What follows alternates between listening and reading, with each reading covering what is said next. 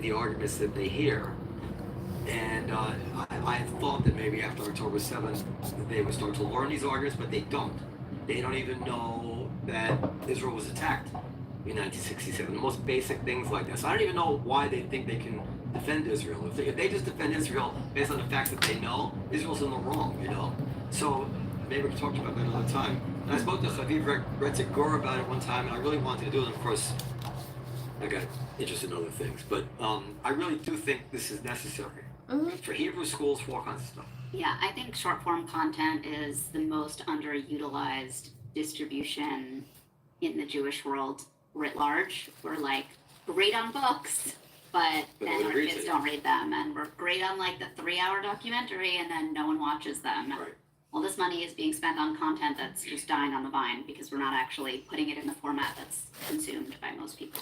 And I think we're making a mistake by focusing on the Holocaust, because the Holocaust is not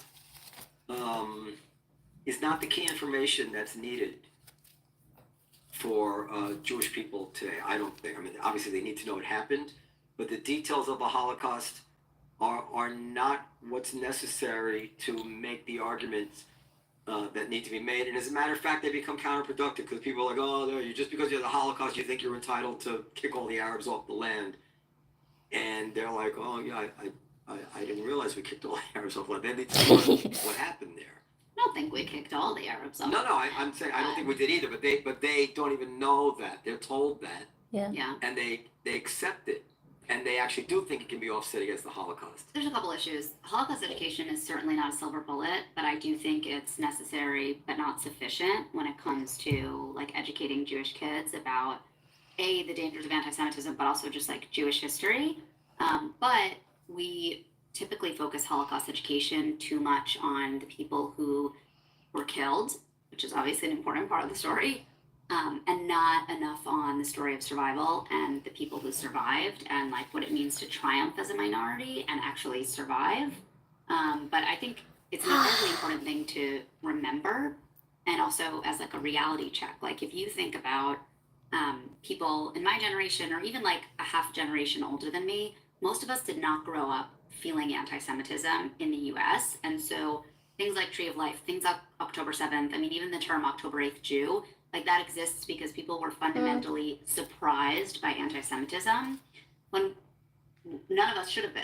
Like if there's any constant in history, it's like taxes and people are gonna not like Jews. And so none of us should have been surprised. We should have just like realized we were on this vacation from history, but eventually it was gonna kind of come back for us. And it doesn't mean we're getting pushed into ovens. It doesn't mean like the Holocaust is happening. But none of us should have been surprised by like widespread anti-Semitism, or by the fact that on October 8th, there were plenty of Americans who were chanting Free Palestine and supporting Hamas as opposed to Israel before Israel took a single step in the war. But that was surprising to a lot of Jews, because I think we've failed in the Holocaust education we've done, which is like to make people think it was this like unique one-time event. The extreme, the way it ended up was extreme and it was unique. But the idea of Jews being persecuted and that persecution turning to violence, that was not unique. That's just the story of the Jewish people. Yeah. Well, go ahead, Dan. The reason I flagged you to Perion as a guest is because you've written this article, Why MAGA Must Expel the Podcast Pipers of Anti-Semitism. Is that you guys? Are you the Pied Pipers? No, I'm the guy who's just screaming about that for like almost 2 years. Way longer since than it that. started bubbling up. So this was back in March, and I really wanted to have you on. But go ahead. Well, I just wanted to also ask to what extent this Edu series, which I think is that a new word? No. Okay. Anyway, to what extent this was targeting non-Jewish people as well, and is it important for them to know? Yeah. And understand, The influencer we partnered with had, at the time, about 11 million followers, and I would say probably 95% of her audience at the time was not Jewish. She ended up becoming like super interested in Jewish activism. Who's that? Montana Tucker. Oh, okay. So after the project, she became super interested in Jewish activism, and now her audience has probably shifted quite a bit Jewishly. But at the time, this was kind of like the first organized piece of content she did talking about anything Jewish related. And so most of the comments were from non-Jews being like, I never heard of the Holocaust, or we mentioned this in school once, but I didn't know this was real, or like her following was very young Americans, a lot of them between the ages of 14 and 18. And so yes, I mean targeting non-Jews was like specifically the goal there, and it certainly I think was successful in at least that goal. But you don't think it's going to, like, if the most pressing challenge to Jews right now is the fallout since October 7th and being considered like Afrikaners and genocide and all this stuff. The Holocaust is not going to have any effect. I don't think this is a solution to the problems we're facing post October 7th. Yeah. So what do you think the solution to the problems facing since October 7th are?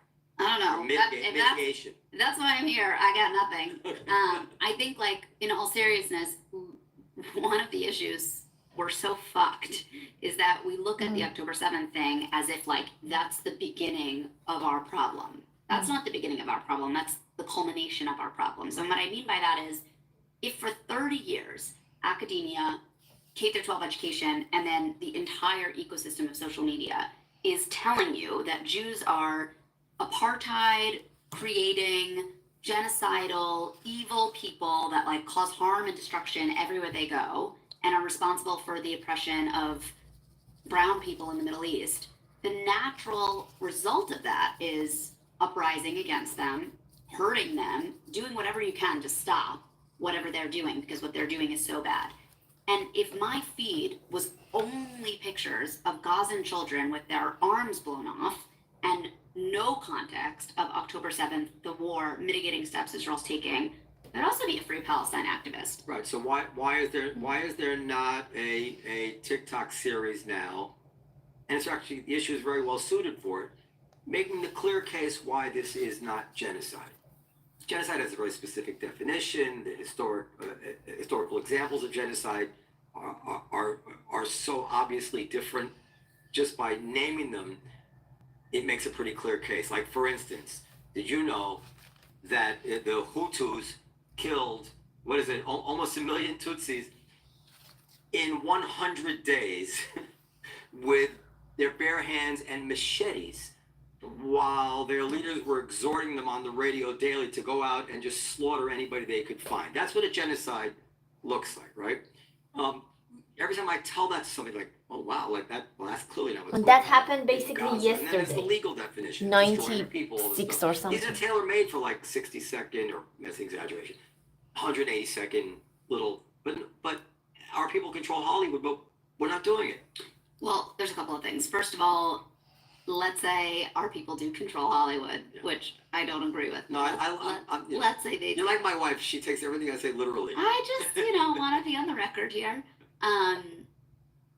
It's like a misconception to think that controlling Hollywood leads to 60-second explainer videos on TikTok. Like what you're describing is a problem that can only be solved by a culture of young people doing low production value, self-recordings in their living room, just pontificating. Those are the videos that are going viral on the other side. Like Candace Owens.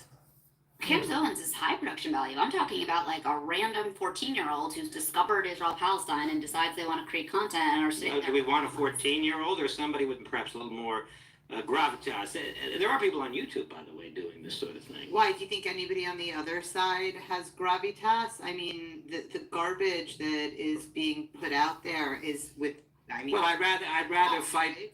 I'd rather combat that with something a little greater quality. See, I disagree totally. I think we need to combat it with exactly the quality that they're doing, because the reason that kind of content is successful is because it feels organic, and we respond to it by being like, wait, we're going to create this like highly curated, highly produced, perfect, clearly high production value, expensive production that very clearly has been made by these like elites, and we're going to try to push it into people's feeds via paid advertising. We that's just can't sponsored. be And just do mediocre. that everything we can to make clear that this piece of content doesn't even come from a person, it comes from a big them.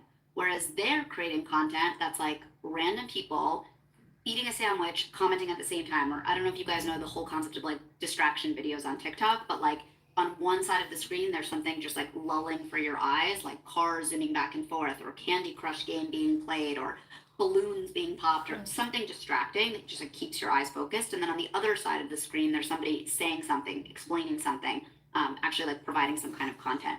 We look at that as a community and typically we're like, we're so above that. That's so beneath us. That's not smart. That's not thoughtful. That's not nuanced. And like we have these long form podcasts where like people that I respect greatly and read voraciously are making incredibly well reasoned arguments. But like this isn't a conversation about arguments. This is a conversation about empathy. And we're losing that because we respond to questions of empathy with like, well, did you know Israel did this to mitigate? It's like that you've lost the argument. Nobody cares.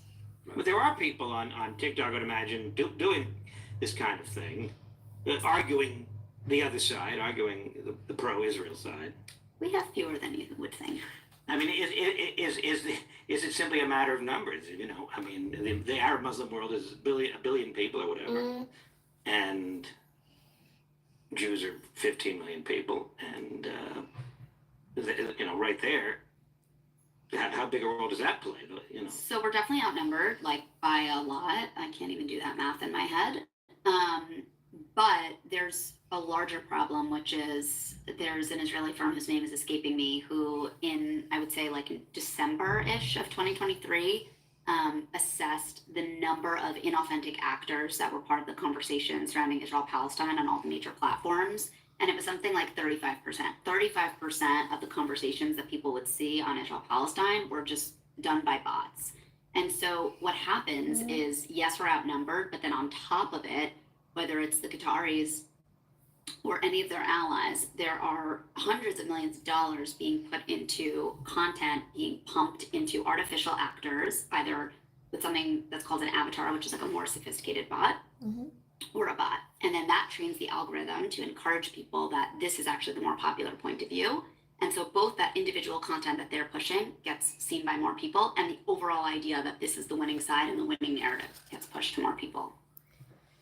I don't know. I'm skeptical of everything, but that's my friend tells me all the time. I'm skeptical of everything, but I feel like just the pro-Israel side, they're just not even phoning it in anymore. Like they cut food off from Gaza for how long? 2 months, 2.5 months, and there wasn't even like a clear party line talking point argument to explain why they were doing it. You know, they just almost like they've thrown in the towel and trying to get the benefit of the doubt on any subject. For 10 months of this war, there was one man who was responsible for all communications efforts in Israel. He was like the guy that all the various departments working in anything relating to communications, which a lot of departments have something communications related, fed into. The guy's name was Moshik.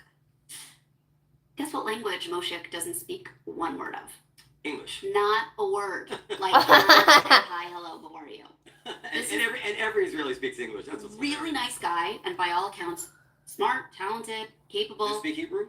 I mean, enough to talk to Moshik, who didn't speak English, but doesn't speak a word of English. Israelis have like no appreciation for how important this battlefield is, and no understanding of how badly they're losing it. Oh, that's our job in diaspora. Okay, I forgot who it was, but someone had a great line when explaining this to me, because I always ask this question, and I wish I remembered who it was because I would cite them. But what they said was, for Israelis, when you try to talk to them about how important this is, their thinking is like, I'm gonna fight for my life with a knife. Someone's trying to stab me, and you're trying to talk to me about my cholesterol. I'll worry about that when I'm done with my knife fight. And it's like, that's actually a terrible analogy, because what you don't realize is that your quote-unquote cholesterol is impacting your ability to fight this knife fight. Of course. That's lost on them. Yeah. I have an analogy from comedy to make. Go ahead. If people don't like you personally, they're never going to laugh at what you say. You're not going to be funny to them. So true and so apt. And Jews, unpopular people,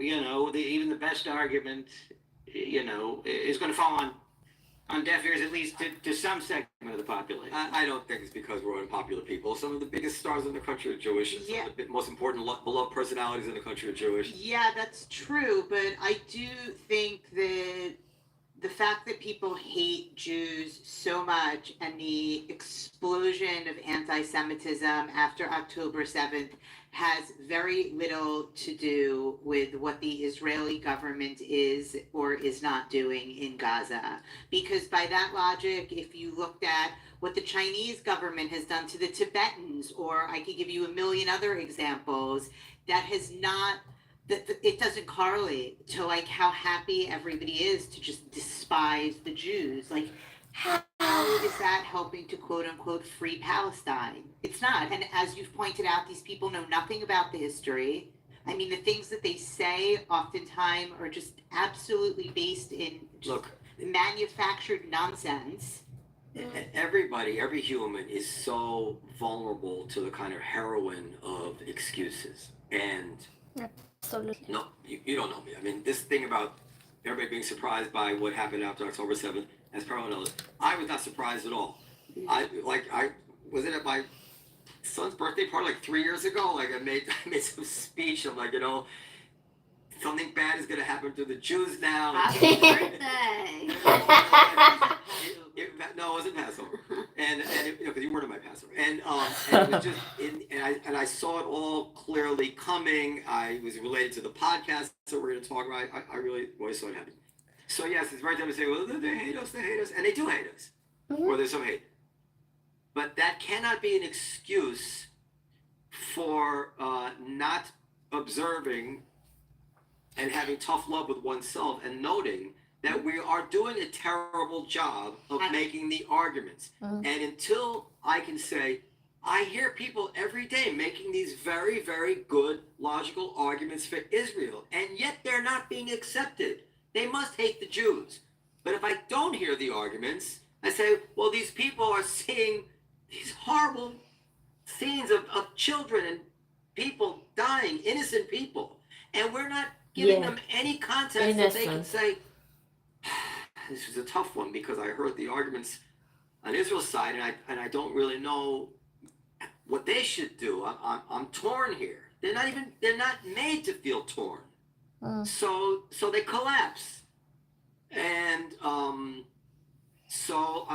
not ready to blame these people for collapsing when I know they have not heard the good arguments. And quite often when I do speak to them, they're like, oh, I hadn't thought about it that way. I don't disagree with you that they haven't heard the good arguments, but I and by no means am I excusing the Israelis. I think well before October 7th, they Well, were, the American Jews, not just Israel has to do it. as a community, we are hopelessly confused about, I'll give you a great example. You asked about the genocide thing, like why don't we have a good explainer about why we're not committing genocide?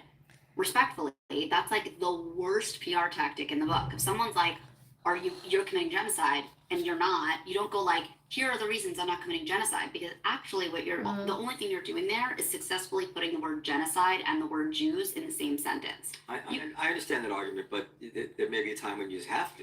Yeah, if I'm on a podcast and someone's like, are Jews committing genocide? And I'm like, I won't answer the question because it's putting the words together in your mouth, and I pivot, obviously that's insane, you have to answer the question. But like the idea of us proactively creating content that ties the word genocide to the word Jews or Israel is like an insane thing. Yeah. And I agree with you, they haven't been shown the content that could make them question what they're seeing. Some of that is the fault of the Israelis, but actually most of that is the fault of the algorithm. This content exists. We can agree or disagree that it's good, it's bad, it's well produced, it's poorly produced, it's thoughtful, it's too thoughtful, it's not thoughtful enough, whatever. There is plenty of content. The biggest problem we're facing is that A, we're outnumbered, B, they're putting way more money into inauthentic actors online, and C, we're talking about a 30-year head start where people who are a bit more on the fringes of our community were raising the flags, raising their arms and saying, hey, something's going on college campuses. There's an indoctrination effect. Something's happening on social media. Something's going on in the traditional media space. And most like normal members of the Jewish community were like, you're so crazy. What are you worried about? There's nothing happening. Everything's fine. Don't be so dramatic. And those people were right. Yeah. Well, we'll see. Sam Harris has done some, I don't know if you've heard the stuff he did, has done some very, very well presented, very well argued. Bill Maher, by the way, also. And Bill Maher. And they do go around. They do. But Bill Maher has done a nice nice job defending Israel kind of fearlessly, but Sam Harris has really led you logically step by step through it And Douglas in a Murray. way that I think needs to be done. I'm not one of these people who think everybody's stupid and everybody can't understand a good argument.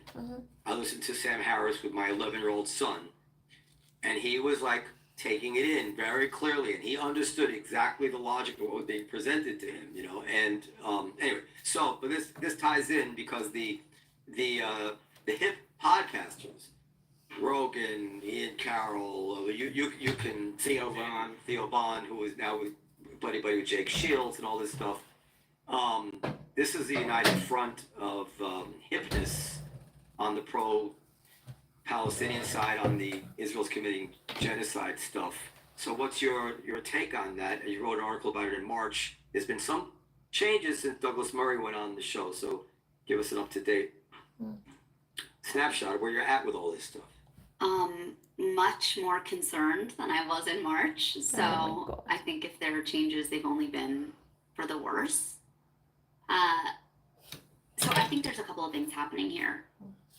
A year ago, or maybe I want to take October 7th out of this, 2 or 3 years ago, if you had asked me to describe anti-Semitism as it exists on the right and on the left, I would have said anti-Semitism on the right is a physical problem. The anti-Semites that exist on the right are a fringe group of skinheads who want to physically kill Jews. And the anti-Semitism that exists on the left is an ideological problem. It's a group of people who want to remove Jews from the hierarchical institutions they've built. So if they're all for DEI, Jews can't be part of that table. If they're all for minorities having power, Jews are not a real minority, etc. Today, we have both problems in both spaces. There's physical anti-Semitism on the left, like this guy who just shot up 2 people in DC. Was he a left winger? Oh yeah, total socialist. An Egyptian. Like totally socialist, like indoctrinated, college, higher ed, like off the deep end. And then there's an ideological problem on the right where we can like really no longer take for granted that most conservatives are like reliably pro-Israel and reliably philo-Semitic, because now we have like an increasing number of MAGA, which is obviously the dominant strain of conservative ideology today, that is actually incredibly hostile to Israel, and I think more interestingly and more troublingly, incredibly hostile to Jews. And I say more troublingly because there has always been a strain of isolationism on the right. And fundamentally, if someone's politics leads them to believe that America should not have strong partnerships with other countries, I might like think that's dumb, but that doesn't make that person an anti-Semite. Like I can respect that that's a point of view that I vehemently disagree with and think leads them to the wrong conclusions, but I don't go to bed at night concerned that that person's waking up and looking for ways to like hurt us. But that's not what's happening on the right anymore. It's not just about political isolationism and thinking like Israel is, you know, taking too much aid from the US. It's like many steps after that we're seeing on the right. So, well, say more about it. So, there's Holocaust denial, which is spreading rampant. Jake Shields is kind of And there's David Irving theories, which Tucker Carlson is via Daryl Cooper is spouting out. And then there is this collapse of any kind of stigma that used to exist that thou shalt not be buddy with a Holocaust denier, right? Yeah. Like, this is no, so that even people who say, yeah, he says some wacky things about denying that, but he's still cool. And then, and like Ian Carroll, and you know, this filters down to our kids. Yeah. I think in many ways this is like the most predictable instance of a pendulum swinging back after the excesses of the left. So even if you look at Kanye's song, right? You have all these people that are excited about Kanye's song who you might not normally think would be like super eager to sing praises to Hitler. But they're looking at this song and in a very perverse way, but in a way that's logical in its own illogic, they're celebrating it as like a free speech anthem because he's daring to say the thing that we've been silenced from saying. Not that we want to say it, we don't want to say it. We just want to demonstrate that we can say it because no speech should be banned. And that's like that is like the most predictable, the pendulum is swinging back response to a culture on the left that said, like, you can't say anything. You can't question a man competing with a woman in a sport. And if you do, like, you need to be canceled from your entire That's how life. she feels, but go ahead, yeah. You're entitled to that opinion. Thank you. You're welcome. And so in some ways this is like predictable, but the problem with all of these things is the excess, right? So in general, I don't mind a culture that says, like, I want to be a skeptic. I want to question conventional wisdom. I think that's healthy. I think that's important. And honestly, I think it's the natural consequence of institutions proving to us that they're not necessarily trustworthy. Like, it's not a coincidence that this is happening in the wake of COVID. And the entire process of just feeling like we can't trust our government when it says masks don't work, masks do work, you have to do this, you have to do that. Like, the flow of information. Well, was this is conducted not a in way good that made faith people feel like they questioning. could trust their institutions. But just asking questions with actors that are motivated just by clicks very quickly turns into, I'm going to find the craziest thing I can think of. Like, Joseph Mengele did not actually experiment on twins in Auschwitz. And I am going It's a to make tremendous this. waste of resources. That's what, like, who would do that? Again, someone says, come on, who would do that? It's a tremendous waste of money. Yeah. My grandmother, by the way, is an identical twin. And the only reason I think that I exist and that she's alive right now is that in 1937, she was living in Berlin. And her my mother, God. my great grandmother, who was not an educated woman, but just had what we call seichel, a little common sense, gets a letter from like the German health ministry or whatever at the time. And it says, you know, the Fuhrer has this like great love for identical twins, and like we would be so my honored if you would God. bring your two daughters in and leave them for like a free healthcare, spa, wellness, whatever.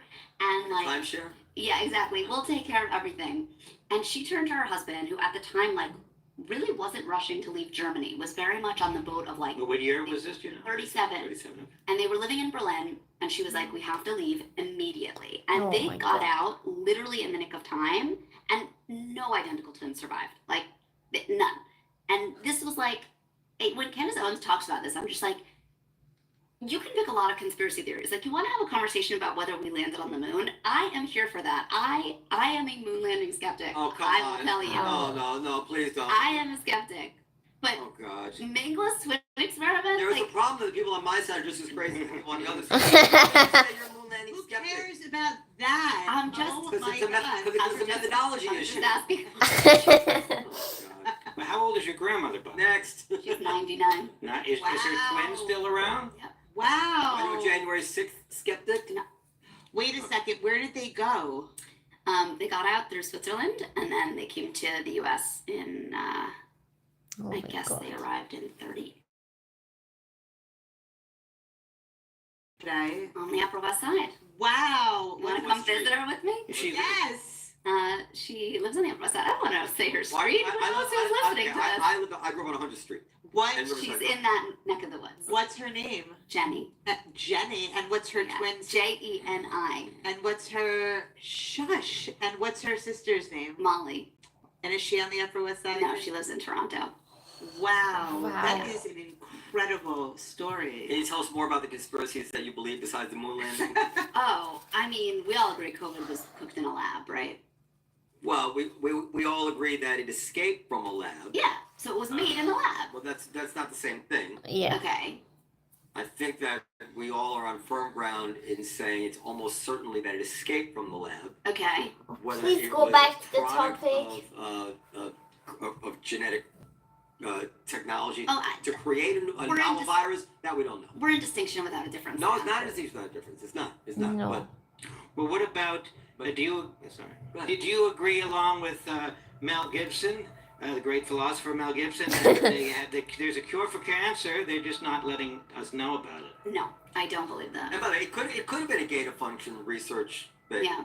I don't know that we know this. Is Macron's wife? We don't need to Just pronounce say it it in like English. Oh that. my Is God. Macron's No, wife a man? Don't answer until she says the name like she's supposed to. I listen to the person with the best radio voice. Dan? Thank you. Go ahead.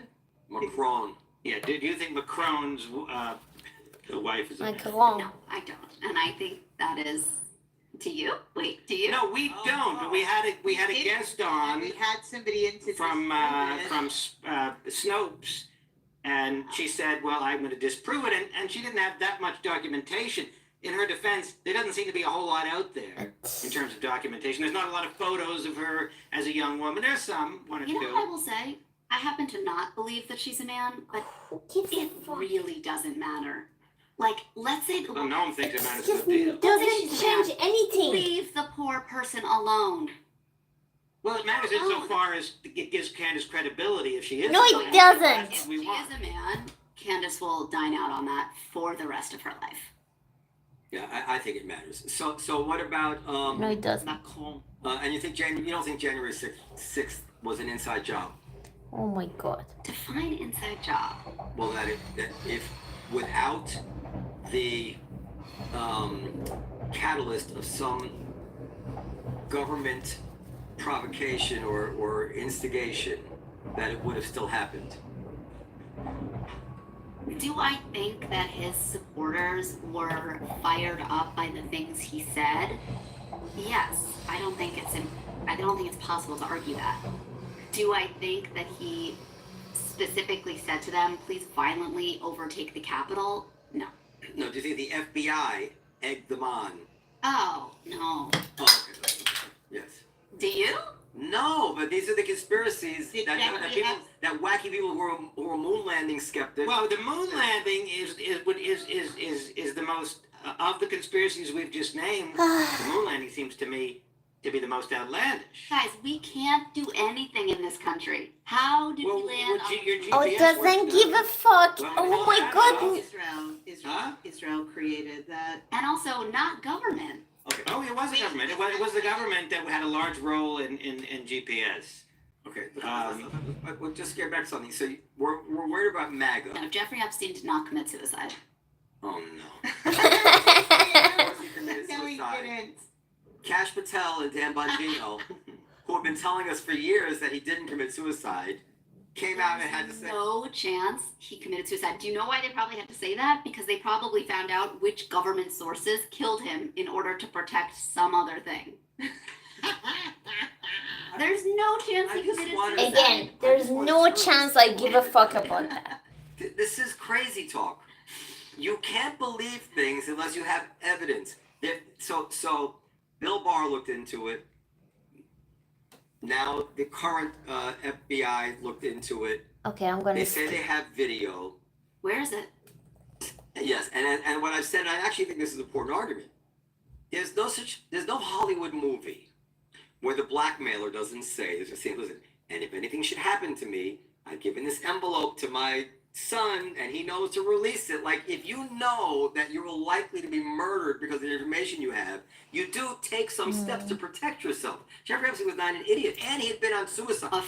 Matt believed, firmly held belief, that Donald Trump is not one of the MAGA anti-Semites. I think post-MAGA Trump is going to be terrible for the Jews. I agree. But I think Trump is true blue friend of the Jews. Yeah, I agree. I agree. That doesn't mean that I think that everything that he does is necessarily long term in the interest of the Jews. What is he that's not in the interest of the Jews? I think that we're in a bit of a dangerous territory where every time he does something on the immigration front, Hold that thought. Sorry, sir, don't. Yes, Jeffrey Epstein was reported to have attempted suicide on July 23rd, 2019, while in custody at the Metropolitan Correctional Center in New York. He was found semi-conscious on the floor of his cell with marks around his neck. yeah, they're good at this. Right. They did it in stages. So they did it one time and made him look like he was trying to commit suicide. Exactly. And then he didn't tell anybody. And now we're all shocked that this guy who would try to commit suicide actually could. I get it. They saw, oh, this would be a great time to kill him because people will. Yeah. Okay, so go ahead, Trump. Look, I think some of the immigration, some of the college campus stuff, I think the idea that it's all being couched in this language of we're doing this because of Jews and because of anti-Semitism. I think he's actually smart for doing that. I think it's like a trial balloon with his base. He's like, I want to see how well this action is going to be received, and I'm making it about the Jews, and then I can always backtrack because like it's not a core policy. It's like something we did to try to protect the Jews. But look, I think like there are plenty, like many hundreds of millions of Americans who don't like a lot of the things he's doing that he's now saying he's doing specifically for the Jews. And so what he's doing is making anti-Semitism like a real wedge issue. So that worries me. But I agree with you. I think like in his kishkas, he's totally on the team. I think the post-Trump MAGA world is a very different picture. JD Vance, I don't trust this guy. I don't trust him on anything. I don't trust him on like Trump, for instance, is very concerned about these H-1B visas. He wants to have highly skilled immigrants in the country. He's always said this. There was a debate between him and Steve Bannon in 2015, before anybody even took Trump that seriously, where Trump was arguing with Bannon and saying, no, Steve, I don't agree. We need the best minds. Doesn't matter where they come from. And Steve Bannon was like, we can't have all Asian CEOs. But the JD Vance MAGA types, they don't want immigrants. Right? They don't want immigrants of a certain type. No, they don't want they don't care if they're high skilled. What about if they're high skilled but white people? They probably prefer that. But high skilled white people are probably not coming over here in such numbers anymore. I don't know. You're saying they're racist. I think you're probably right. But yeah, so yeah, fine. I'll let's put it that way. I think the broader thing here is like Trump doesn't actually have an ideology. He has a collection of loosely connected beliefs, some of which he's willing to shave and simmer down or boil up to work with the actual hand he's dealt politically. But like he doesn't belong narrowly to a single ideology. And in many ways that's worked well for him because he's managed to pick up voters who are from the left and voters who are from the right and the far right and the moderate right. And he's been able to kind of build this unique coalition. Whereas the MAGA world actually does have an ideology. And I agree with you. I think it's an ideology that is going to be very bad for the Jews, the way it's shaken out. If you asked me about MAGA 2.5, 3 years ago, I would have said, I don't personally identify as a red hatter, but I don't think that they're going to be anti-Semitic. I think MAGA's like broadly very pro-Israel and very into the Jews, and I think it's taken a very big turn into more of the Tucker canvas. I think portrait is good. And they're the loudest right now. How it's going to shake out in the voting booth and like which MAGA will prevail, I don't know that we know that yet. Now Tucker, it's all related. So we don't really do a good job of pushing back even on Tucker. Like I have this whole list. He believes that we're studying alien cadavers. He believes that we're studying alien weapon systems. Are we not studying alien Yeah, I know weapon you believe it systems? too. He believes that he believes we went to the moon. He believes that there's. Tucker believes we did go to the moon. I'm kidding. That's how ridiculous he is. Yeah. He believes that that the American government has evidence of supernatural beings that live under the water that kill people. He believes he was mauled by demons. He believes that Alex Jones was a supernatural prophet who predicted 9/11, which he did not. He believes that dating apps are run by the intelligence services as blackmail rings. He believes the reason we support Ukraine is because of Israel. Hold on, that one's believable. You don't think dating apps could possibly be run by intelligence services as blackmail ops? No, I don't. Just to say it, if they're not doing that, they should. Hold on, Israel can create an entire beeper company. My job. Israel can create an entire beeper company to take out Hezbollah, but CIA can't make a dating app to take out bad actors. Oh, it's potential. Yes, I believe there could be an intelligence, mission, an operation, that targets some particular group of people through some vulnerability and uses a custom-made app. Yes, but that's not what Tucker was saying. Tucker believes that general run-of-the-mill dating apps, Okay, that's crazy. and porn sites are run by I think he said, I forget if he said FBI or CIA. And the reason they do it is to gather information on American citizens to then use to blackmail So them. I will tell you a funny story about Tucker, which is I was working at Business Insider in 2018, they hired me as their token conservative. And at the time, Scarlett Johansson had been cast to play the part of a transgender person in a film. And people freaked out. They were like, Scarlett is not transgender, and therefore she cannot portray a transgender person in a film because, like, it's impersonation. And I was like, kind of like acting. And I wrote, to call it a piece would be generous. It was like a 400-word blog post that was like, this is a fake controversy. Can you all calm down? Actors are literally paid to represent people they are not. So this checks that box. Leave the woman alone. By the way, at the time, 88% of Americans had never heard of had never met a transgender person. I'm like, this is going to be incredible exposure for the community. Let the woman act, leave her alone. 50 of my colleagues wrote like a letter to the editor saying that they felt unsafe working next to me because I clearly was so transphobic and harbored these like impossible views. This is 2018. Everybody was getting canceled. And the editor-in-chief, who's actually no longer there, told me I had to like take down my column and write this letter apologizing for these like horrible views that I held. And I was like, politely, fuck off. And he was like, well, then you have to resign. Like, it cannot stay up. And I was like, okay, I'm gonna walk. And I wrote this whole like free speech letter and gave them the finger and like walked off into my blaze of glory. And for like 5 seconds, I was a relevant person on the conservative right. And Tucker called me and he was like, come on my show. We're going to talk about this. And he loved it because I was like a really squishy moderate. I wasn't like a crazy super right winger. So I was like an exciting cancellation victim because I was showing that normal people could also be canceled. So I go on the show and he's like really being nice to me and is like taking pity on me, and I don't have a job and I'm young and I'm an out of work journalist, and he's like, you're gonna land on your feet. And he's like, he's really doing his bit to like promote me as a moderate, sensible person who he disagrees with on plenty of political issues, but clearly I'm principled and yada, yada, yada. Mm-hmm. And he was like lovely, and his team would like check in on me periodically. Do you want to come back on the show? How's it going? Production conversations, blah, blah. And I was really hesitant to call him out for a long time because I was like, this man like really did me a favor in a low point in my life when I was like, what am I going to do? I've just been like publicly canceled. This is like, you know, so embarrassing. But he just declined into like, I think he took his role as entertainer more seriously than his role as journalist. And over time, he forgot that he's actually, in many people's minds, still a journalist. I don't think he believes 90% of the things he says. Really? Oh, yeah. I think it's Doesn't all make a difference. entertainment factor. And he's joking and it's a bit and I'm just being provocative. And he doesn't realize that his audience takes him seriously. I think, think he realized, whether or not he believes it or not, I don't know. But I certainly Exactly. think he believes his audience takes him seriously. He doesn't, if he believes it, he doesn't care. I mean, Well, I think he doesn't care, but I think that he is well aware of his influence and that the things that he's saying are like actually dangerous.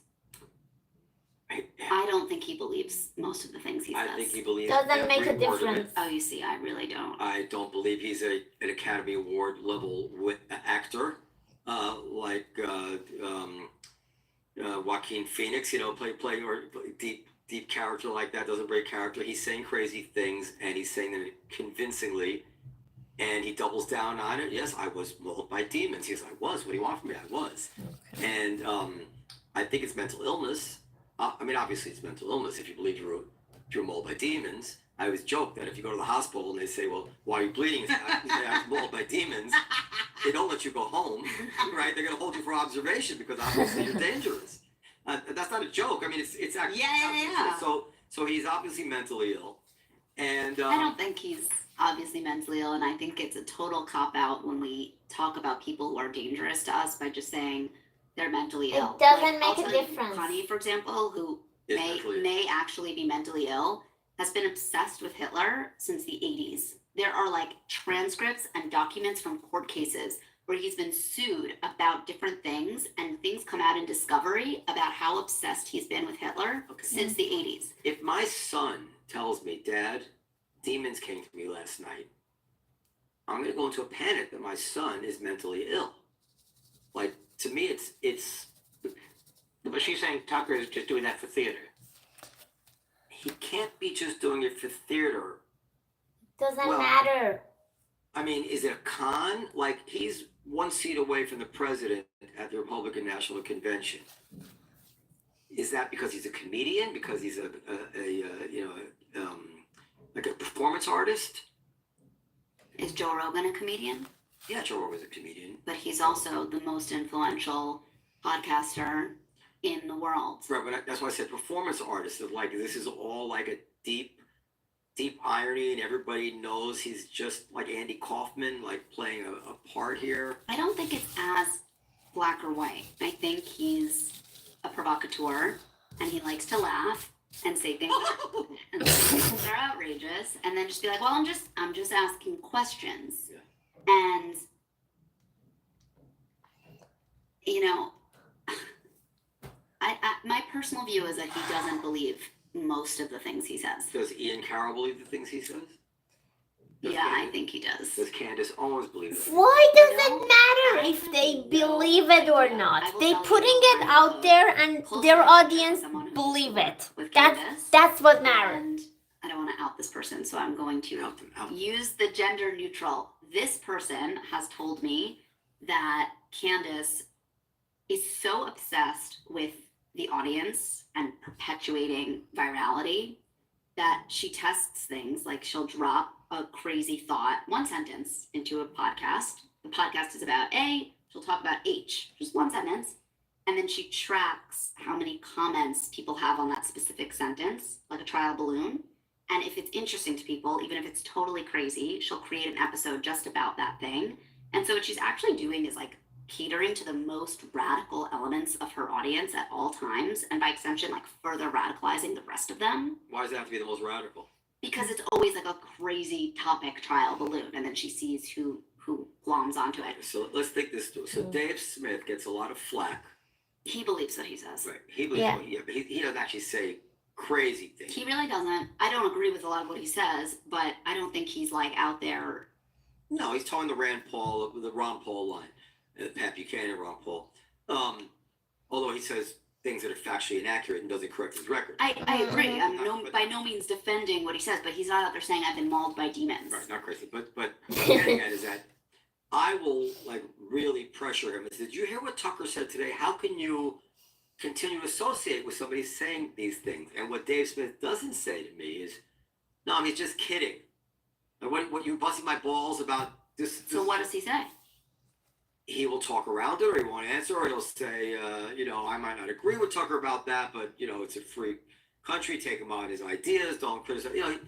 But he'll say nothing. The easiest answer would be, "Are you serious, though? You really think he believes that? He's just kidding around. How can you criticizing me for being having associated with something?" And that's what I'm saying. fine. I don't think people joking. close- Or he could say he's not kidding, but he's Right, still a friend of mine. But the people close to him, Dave Smith is somewhat close to Tucker. Do Yeah. not think he's kidding. But that's what I'm saying. I think kidding is the wrong word. I don't think he's getting up there and performing a sketch. I think he is provocative and takes things that he thinks might have a kernel, right? Like the example of the CIA running a operation of dating apps is a good example. I have no idea. This is not one of the ones that I think he doesn't think, but it's a good example because he could go to bed at night not necessarily thinking that every single dating app is a CIA sting operation, but he could believe, by the way, like I believe, that it would be kind of crazy if intelligence operations never use dating apps as a way of stinging people, because like everybody's motivated by sex. It's an easy way to catch enemies.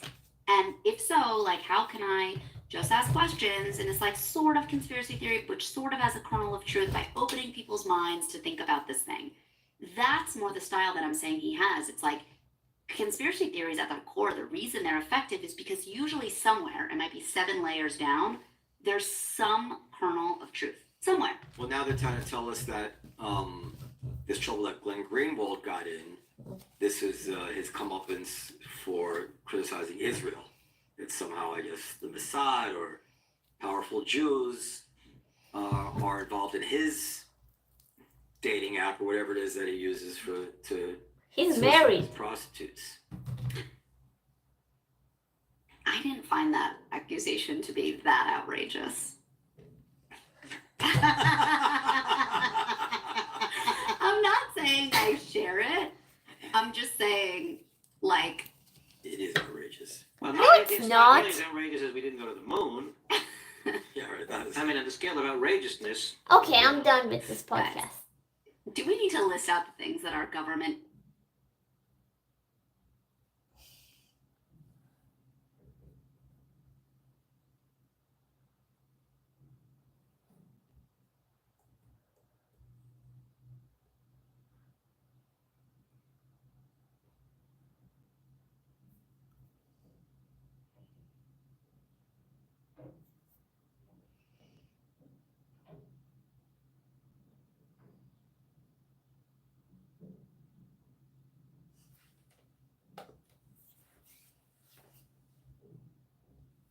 Welcome to the Huberman Lab podcast, where we discuss science and science-based tools for everyday life. I'm Andrew Huberman, and I'm a professor of neurobiology and ophthalmology at Stanford School of Medicine. My guest today is Dr. Mary Frances O'Connor. Dr. O'Connor is a professor of clinical psychology and psychiatry at the University of Arizona, where she directs the Grief, Loss, and Social Stress Laboratory. Today we discuss the neuroscience of attachment and loss, and why grief literally feels painful in our bodies. We also discuss the very real and serious health risks to being in a state of grief. Throughout the episode, we discuss ways to navigate and recover from grief, either from the death of a person, the death of an animal, or from the loss of a relationship, job, or other role in our lives. As you'll soon learn, Dr. O'Connor's research is both fascinating and incredibly surprising. She discovered, for instance, that grief is best understood through the lens of human attachment, and that dopamine, a molecule that we normally hear about in the context of motivation and pleasure, creates a sense of yearning that is central to the grieving process. She explains that to effectively move through grief, we have to work with both our feelings of protest and our feelings of despair.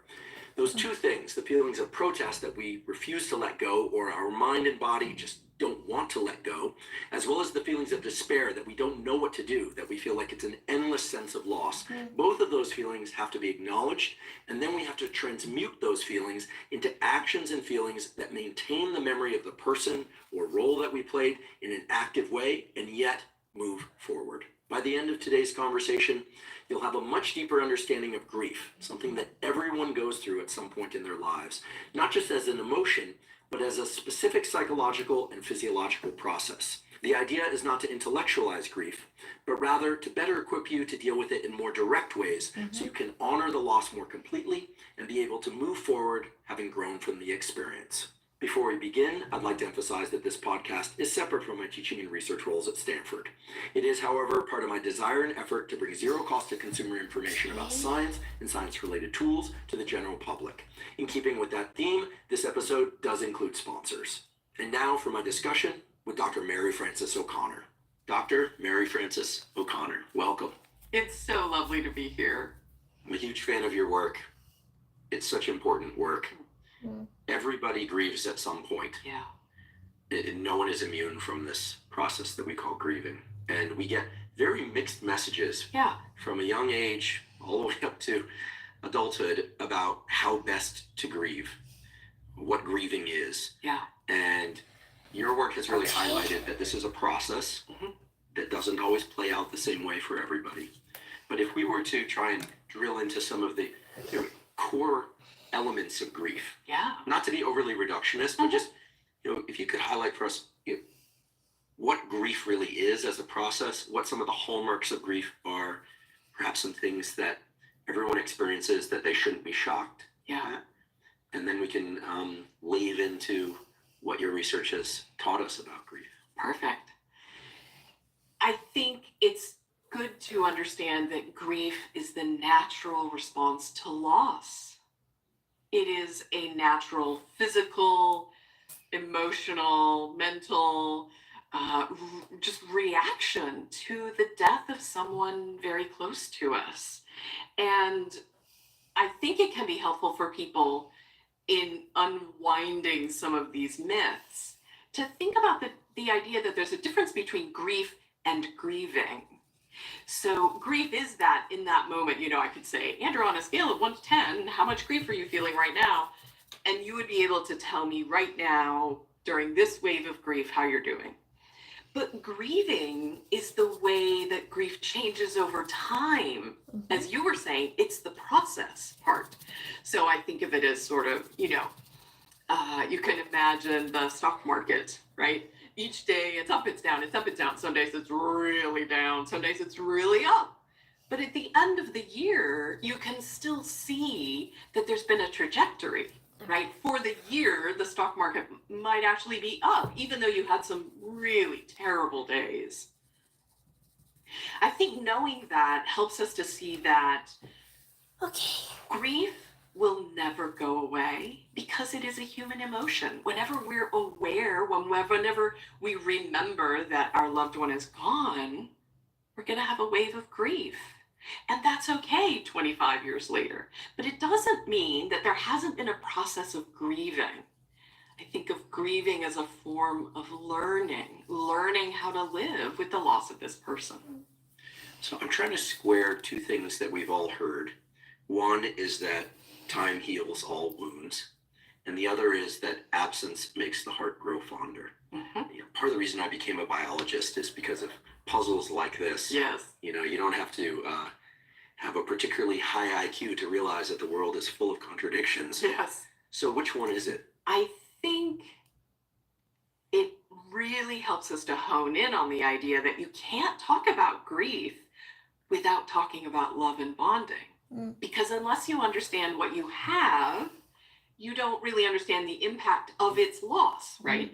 So absence makes the heart grow fonder is a fantastic way to describe attachment, right? When you fall in love with your baby or you fall in love with the person who becomes your spouse, that bond that gets created between the two of you, when you form an us, Okay.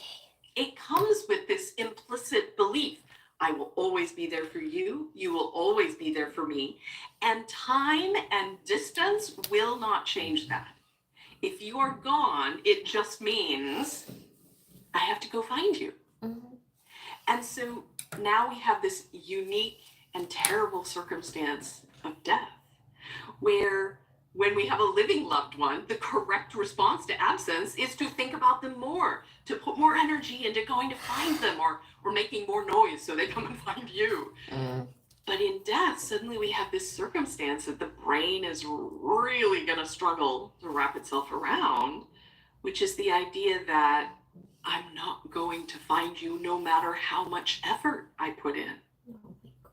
I think of this as the gone but also everlasting theory, right? So of course we know that they are gone. We know that they've died. We have a memory of being at their bedside maybe, or getting that phone call, or being at the funeral, or whatever it is in our memory.